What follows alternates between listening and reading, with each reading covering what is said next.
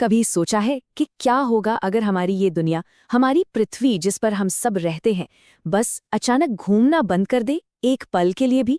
चलिए आज इसी दिमाग को झकझोर देने वाले सवाल की तह तक जाते हैं। पता है, अभी इस पल हम सब, चाहे बैठे हों या खड़े, हम सब 1600 किलोमीटर प्रति घंटे से भी ज्यादा की रफ्तार से घूम रहे हैं। जी हाँ, 1600। और कमाल की बात यह है कि हमें इसका जरा भी एहसास नहीं होता। ये सब हमारी पृथ्वी के अपनी धुरी पर घूमने की वजह से है।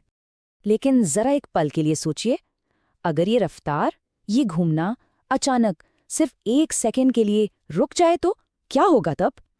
आइए इस भयानक सी लगने वाली कल्पना की दुनिया में चलते हैं। तो ठीक है, देखते हैं कि ये तबाही कैसे शुरू होगी। यहाँ पर ना फिजिक्स का एक बहुत सीधा सा नियम काम करता है, एक ऐसा नियम जो इस पूरी सिचुएशन को एक भयानक सपने में बदल देगा। तो होता ये है कि पृथ्वी तो रुक जाती है एकदम से, लेकिन उस पर मौजूद हर एक चीज नहीं रुकती। हमारे घर, हवा, पानी, सब कुछ उसी अविश्वसनीय रफ्तार से आगे बढ़ता रहेगा। और बस यही है इस पूरी तबाही की असली जड़। और ऐसा क्यों होता है? इनर्शिया यानी जड़त्व के नियम की वजह से। ये एक बहुत बेसिक साइंस है। देखिए, जैसे जब कोई तेज चलती गाड़ी अचानक ब्रेक मारती है तो हम आगे की तरफ क्यों गिरते हैं? क्योंकि हमारा शरीर तो उसी स्पीड से आगे बढ़ना चाह रहा है ना, है ना? अब बस इसी चीज को पूरी दुनिया के स्केल पर सोच के देखिए। तो कौन कौन सी चीजें चलती रहेंगी? मतलब सब कुछ, हम इंसान, गाड़ियां, अरे यहाँ तक कि जमीन से जुड़ी बड़ी बड़ी इमारतें, हमारे विशाल महासागर और हमारा पूरा वायुमंडल भी, ये सब अपनी उसी रफ्तार को बनाए रखने की पूरी कोशिश करेंगे। और इसका अंजाम, जमीन से जुड़ी हर चीज को छोड़कर बाकी सब कुछ, सचमुच सब कुछ, पूर्व की ओर 1600 किलोमीटर प्रति घंटे की रफ्तार से किसी बुलेट की तरह फेंका जाएगा। ये एक ऐसी तबाही होगी जिसकी हम कल्पना भी नहीं कर सकते। और ये तो बस शुरुआत है। अब जरा देखते हैं कि हमारे पर्यावरण का क्या हाल होगा जब पानी और हवा ही हमारे सबसे बड़े दुश्मन, एक हथियार बन जाएंगे। तो सबसे पहले बात करते हैं पानी की। महासागरों का क्या होगा? जाहिर है वो भी नहीं रुकेंगे। उनकी वो जबरदस्त रफ्तार उन्हें आगे की ओर धकेलती रहेगी। और इसका नतीजा सोचिए, पानी की कई 100 मीटर ऊंची दीवारें जो पूरे के पूरे महाद्वीपों को निगल जाएंगी। ऐसी मेगा सुनामी उठेगी जिसके सामने आज तक की सारी सुनामी बच्चों का खेल लगेंगी। समंदर के किनारे बसे शहर मिनटों में दुनिया के नक्शे से गायब हो जाएंगे। और खतरा सिर्फ पानी से नहीं है, हमारा वायुमंडल यानी हवा जो अभी तक हमारे साथ घूम रही थी, वो भी अपनी रफ्तार से आगे बढ़ती रहेगी। इससे ऐसी हवाएं चलेंगी जिनकी रफ्तार किसी भी बड़े से बड़े तूफान से कई गुना ज्यादा होगी। ये हवा इतनी ज्यादा ताकतवर होगी कि ये कंक्रीट की इमारतों को ताश के पत्तों की तरह बिखेर देगी और जमीन की शक्ल ही बदल कर रख देगी। और याद रखिए, ये सब सिर्फ 1 सेकंड के अंदर होगा। जबरदस्त घर्षण से हर तरफ आग लग जाएगी। हमारा बनाया हुआ सारा इंफ्रास्ट्रक्चर, पुल, सड़कें, इमारतें, सब ढह जाएगा। पूरे के पूरे शहर पलक झपकते ही तबाह हो जाएंगे।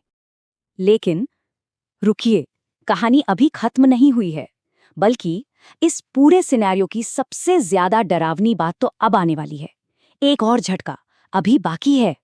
क्योंकि याद है ना, ये सब कुछ सिर्फ 1 सेकंड के लिए हुआ था। तो सवाल यह है कि उस एक भयानक सेकंड के गुजर जाने के बाद क्या होगा? पता है क्या होगा? पृथ्वी फिर से अपनी नॉर्मल स्पीड से घूमना शुरू कर देगी। और इसका मतलब है वो सारी की सारी तबाही फिर से होगी, लेकिन इस बार उल्टी दिशा में। सोच कर देखे, जो भी चीज मलबे में तब्दील होकर जमीन पर स्थिर हो चुकी थी, उसे अचानक फिर से 1600 किलोमीटर प्रति घंटे का झटका लगेगा। ये एक ऐसा विप्लैश इफेक्ट होगा जो बची खुची हर चीज को भी तोड़ मरोड़ कर रख देगा। तो मतलब 2 जबरदस्त विनाशकारी झटके, एक के फौरन बाद दूसरा। पूरी दुनिया में तबाही का ऐसा मंजर होगा कि जो कुछ भी अगर कुछ पहले झटके से बच गया, वो दूसरे में पूरी तरह खत्म हो जाएगा। ऐसी हालत में किसी का भी बचना लगभग नामुमकिन होगा। तो इस भयानक सोच से हमें सीखने को क्या मिलता है? चलिए अब इस विश्लेषण के सबसे गहरे और जरूरी पहलू पर नजर डालते हैं। ये हमें एक बहुत ही जरूरी बात याद दिलाता है। ये स्थिरता, ये शांति जिसका हम हर रोज अनुभव करते हैं और जिसे हम अक्सर फॉर ग्रांटेड ले लेते हैं, वो असल में कितनी ज्यादा नाजुक है, कितनी कीमती है। तो अगली बार जब ऐसा लगे ना कि बस यूं ही स्थिर बैठे हैं और कुछ खास नहीं हो रहा, तो एक पल रुक कर याद कीजिएगा कि हम सब एक अविश्वसनीय कॉस्मिक सफर का हिस्सा हैं। एक ऐसा सफर जो एक बहुत ही नाजुक संतुलन पर टिका हुआ है। ये सब जानने के बाद एक सवाल तो मन में जरूर आता है, अगर कभी ऐसा सच में हो जाए तो इस डबल तबाही से बचने का कोई तरीका हो सकता है क्या? अगर इस सोच ने आपके भी होश उड़ा दिए हैं तो लाइक जरूर करें और नीचे कमेंट्स में जरूर बताइए कि अगर ऐसी कोई सिचुएशन आती है तो बचने का क्या तरीका हो सकता है।